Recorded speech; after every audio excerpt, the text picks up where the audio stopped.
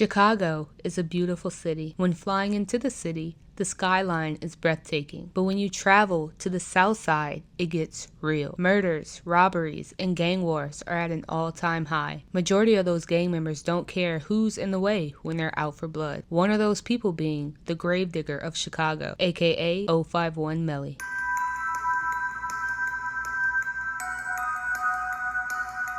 Before I get any further in this video, I'm Courtney Elise, aka Court Crimes TV, and welcome to my channel. Yarmel Williams was born November 19, 1991 to parents Yammer Williams and Angie B on the south side of Chicago. He was brought up in the Calumet Buildings / Randolph Towers with his sister Kinjay and brother Wu. These buildings were homes of the Black Disciples. This is where his connections with the BDs originated. Melly and his family wouldn't be residents of the Randolph Towers for long because they would have to move due to the buildings being torn down. They would end up moving to 59th in Calumet, which was also 600 territory. He would start to attend Deuceable High School, which would put him in close proximity to the Mickey Cobras on 50th and 51st, from King to Cottage. Judging by the street names, this is where his connections to 051 Young Money grew. One of these connections would be his affiliation with 051 Zico. He was the cousin of KTS Vaughn. Melly and Zico were close, and when Zico was unfortunately killed in 2008 by THF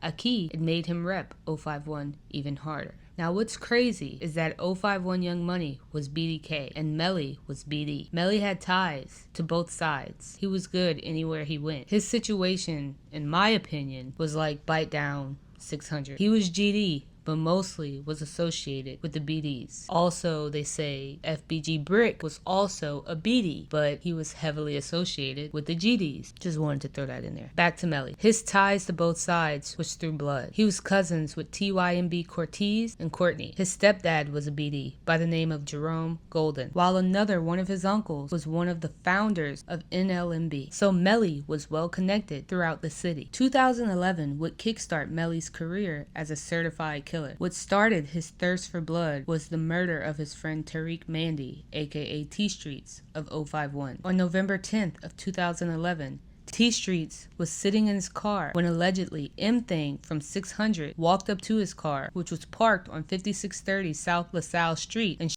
him in the face, killing him. This would spark the deadly war between 600 and 051 Young Money. 051 wanted revenge, and they would get it quickly. On February 2nd of 2012, Shaquille Rush, aka Shaq, of 600 was walking with a female home from a house party. Unbeknownst to him, ducked off in an alley was 051 Kiddo and Melly, allegedly. They popped out and Shaq multiple times, dying instantly. The girl he was with was also hit and taken to Northwestern Memorial Hospital, later released with a graze wound. Shaq's mother, Dorothy Rush, said that Shaq was a bright young man who rarely left the house. Unfortunately, this wasn't the first time the Rush family had to deal with violence resulting in death. Shaq's father, Luther Rush, was dead in 1998. That's horrible. With Shaq allegedly being killed by Kiddo and Melly, they wasted no time going on Twitter mocking his death. Melly would tweet, "Shaq was laying next to that garbage can smelling like one." Might I add that while doing all of this, Melly was living on 5909 South Calumet, which is 600 territory. This dude didn't have any fear whatsoever. I mean, he was even bold enough to date his ops' sisters. He would even be at Tay 600's house, dating his sister. That's wild.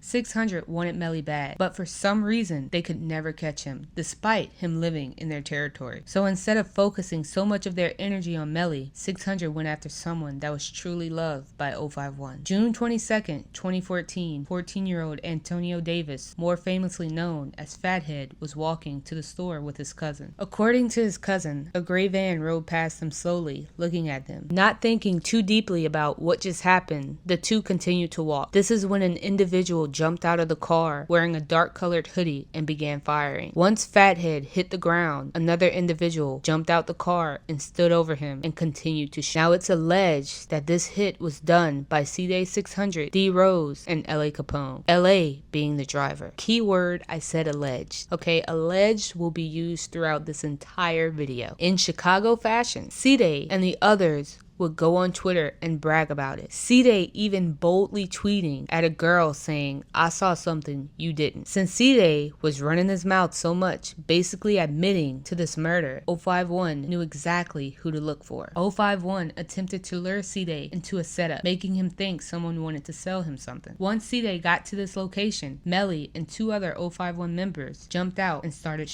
C-Day was quick on his feet and was able to get away unharmed. Shortly after this failed hit, 051 was still on the hunt. And this is when 051 Kiddo allegedly caught Trick 600. Trick 600 wasn't enough for 051, so they went out and would hit a major lick. L.A. Capone was a 17-year-old Chicago rapper, also a part of 600. He had extreme talent. Well, one day, he was walking out of the studio when 051 Lil Mick ran up on him and him from behind. LA was hit in the lower back and right thigh and would unfortunately pass away later on at the hospital. After LA died, 051 quickly went to Twitter to boast about it. This was back-to-back deaths for 600. Also, Lil Mark would drop a diss called No Competition. This had 600's blood boiling because Lil Mark wanted all the smoke when he dropped this song. He dissed everyone. Lil Mark was now officially on 600's radar. On March 28th of 2014, Lil Mark was standing at a bus stop in the 300 block of East 51st Street. At around 1:27 p.m., a car pulled up and shot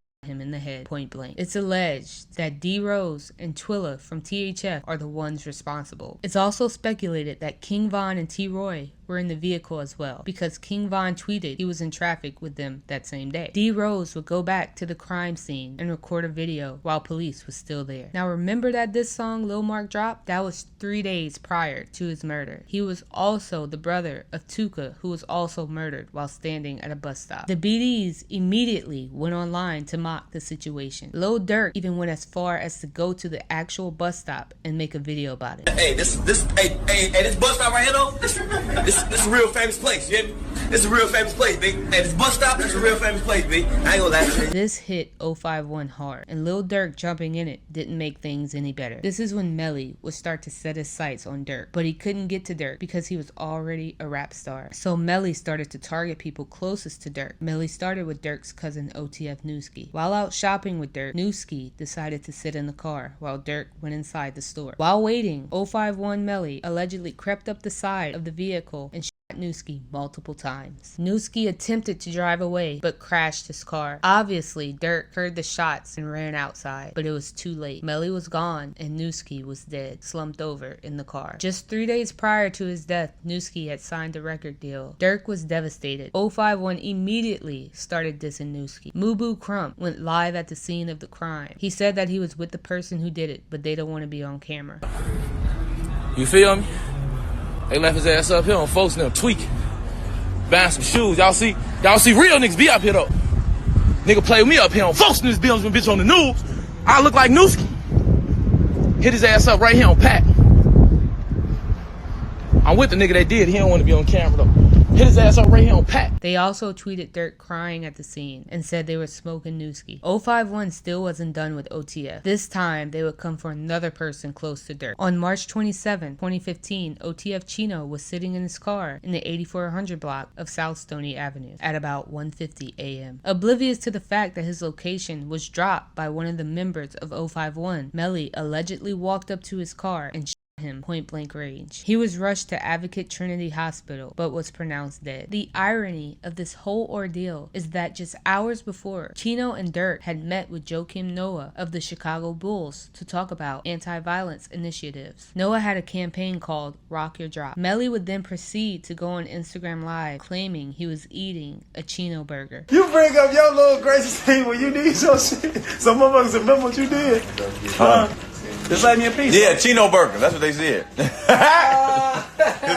the fuck out of here. No, my son just said Chino burger. Damn. While Crump would go to a burger shop and order a Chino burger. Chino burger. Chino burger. Yeah. Y'all got it? They ready? Oh, thank you.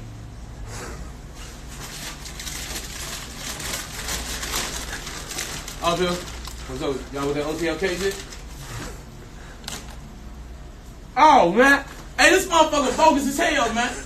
Y'all, this shit ain't done, man. Y'all done put this shit back on the grill, man. This shit disgusting, man. Get this shit together, man. For real, this shit bogus as hell, man. Mubu Crump seemed like the type of person who was secretly envious of those better than him. I say this because he used to be heavily involved with Durk and his crew. Durk and Crump were always together, and then one day everything changed. It's like Crump just couldn't wait to diss Durk whenever he got the chance. Melly was letting it be known that he was the one doing the killings, and Durk wanted Melly gone ASAP. Durk allegedly put a bag on Melly's head, $100K to be exact. Durk even talked about Melly in his songs as well, such as Like That, where he raps, "It's when op that we ain't blast. After him, it ain't no fun." Melly didn't care about an alleged bag on his head, nor did he care about Durk's lyrics. In fact, Melly went on live and started rapping those lyrics. Get caught up with no gun. Ain't no pass, we on your ass. Don't get caught up with no son. It's one out there ain't blast. After him, it ain't no fun. Who they talking about? They crazy. They say there's one up there they ain't killed. After him, it ain't no. Melly's arrogance would catch up to him because a 15-year-old boy by the name of THF Raheem would spot Melly and Aereo and start firing at them. Melly would get hit in the head and foot and was rushed to Stroger Hospital in serious condition, where he would miraculously survive. 051 Aereo was hit as well and would also survive. This pissed Melly off big time, and Raheem would have to pay the ultimate price for his actions. Melly and Aereo spotted Raheem in an alley and started letting off shots. Raheem was shot several times in the back and was pronounced dead at the scene. Aereo was arrested and convicted of the murder, and to this day, he never mentioned anything about Melly's involvement. Melly would then go on to allegedly kill a guy by the name of Lil Del in retaliation to the killing of Bankroll Q from 051. Lil Del was shot in the chest multiple times, and while bleeding out profusely, he managed to drive himself to Advocate Christ Medical Center, but would be pronounced dead. He was 18 years old. Melly still had some unfinished business to deal with when it came to THF. He wasn't done. His next body would be a guy by the name of Trevon. Melly spotted him standing on the 6800 block of South Calumet Avenue and shot him multiple times. He was pronounced dead at the scene. Now that it was clear that Melly had a vendetta against THF was eager to get him, especially THF Bezu. THF Bezu wanted Melly bad because THF Raheem was his stepson. Bezu and Melly would go on a legendary back and forth with each other on Instagram Live, calmly talking about bodies and how bad they wanted to catch each other. Do I look like I look in the mirror every day to you? I do. You do? Half of y'all ass basketball players and mama's boys. I You ain't still telling play that. basketball. And I'm You ain't, still a mama you boy. ain't telling media that, did you? Who forced I y'all still in play basketball. Hey, Melly, who forced y'all in this shit? Who the reason why we play with? Who forced y'all in this shit? Y'all the Who first people forced we y'all was in in this tour with. shit? Y'all would drive y'all mama's cars in 8th grade, bro. See, you lying. I want to drive my mama's car. I On want to car, drive y'all ass to grammar school driving y'all mama's cars. The whole your money was bitches and basketball players. Keep it real. Oh, now you lying for you. You just said half of us ain't bitches. You can say half the young man was basketball players. You ain't finna say nobody no bitches, nigga. Hey, Melly, man, half y'all was bitches and mama's boys, man. Y'all drive y'all mama's car in 7th, 8th grade, bro. You can't we say forced that. y'all in this shit, bro. We the reason why y'all got y'all name right now. You know that. You say y'all the reason why we got us a name, and y'all the reason why y'all got a name. Y'all got a name. It go both ways. No, it go both ways. If we finna start get this back on to here, that. I don't even give a damn. You want to start this on? It's gonna go both ways. We've been to It's never been no killing without killing. We gonna keep it real though. We've been into with y'all since 07, bro. You damn right, but it's never been no. These dudes from Chicago are truly some psychotic individuals. On the night of May 25th of 2018, allegedly THF Bezu, THF Lil T, and Lil Steve from Lamron would make their move. Crump was hit in the arm and torso, while Melly was hit 5 times in the arm and a graze to the head. Crump and Melly were both rushed to the hospital, where Crump was pronounced dead, while Melly survived. Melly couldn't be stopped and wasn't going to stop. Melly was still seeking the revenge for the death of Bankroll Q. 19-year-old Tyrone Marshall was leaning against the car, talking to someone, unaware of his surroundings. Melly pulled up alongside of him and opened fire, hitting Tyrone in the head, then speeding off. Ty was targeted because he allegedly played a role in Bankroll Q's murder. Melly would catch yet another body. He was determined. Whoever Melly wanted, nothing was going to stop him from getting them. Melly was out for blood, and he wanted to go after Durk. Melly had Durk's brother D-Thing and his cousin Baby D on his radar. car. One night after leaving the club, D-Thing, Baby D, and OTF Fresh were sitting in a car in the 600 block of East Pullman neighborhood, completely unaware that they had been followed. Melly, with some other members, pulled up alongside of them and started firing. Everyone in the vehicle was struck with bullets. They were rushed to the University of Chicago Medical Center. Upon arrival, D-Thing was in critical condition, riddled with bullets. He was shot multiple times in the abdomen and legs. He ended up surviving and later released. OTF Fresh was shot in the left knee and was quickly discharged, while Lil Durk's cousin met a grim fate. He died from gunshot wounds to his abdomen and back. He was just 30 years old. The death of Baby D would be the third person close to Durk Melly took. Melly made a name for himself, and unfortunately, that name had people out looking for him on a daily basis. He knew it, but that didn't make him worried, nor did he go into hiding. Like I said before, Melly had connections all over, so he was good. But an altercation would start the countdown to his demise. September 1st of 2019, Melly would attend a house party at 6107 South St. Lawrence. This was Jarrow City territory. 007 Nate would be at this party as well. I mentioned the two because a few days earlier, Nate and Melly would get into an altercation over a dice game. This would lead to Melly retaliating by up Nate's house that was occupied with Nate's girlfriend and newborn baby. This angered Nate, so on September 1st, 2019, he saw Melly at the party and shot Melly multiple times. Melly was shot in the chest, groin, and abdomen, dying on the scene. Before this incident, 051 and Jarrow / Taekwon World were cool. Hey, we fucking every hood up. We been in every hood up. Crazyville. Now you fucking up Tuckerville. You feel me? Fucked up Crazyville. We fucking up Tuckerville. You feel me? He from Jarrow from I am, so we can't really fuck up them two different hoods because they ain't gonna play. But that's what I'm saying. Any other hood wanna play, just call us. Afterwards, they became instant enemies. It's crazy he passed away at this party because it's alleged that Duck warned Melly not to go to this party, but Melly went anyway. Nate would be arrested and 051 would form Mellyweight in Melly's honor.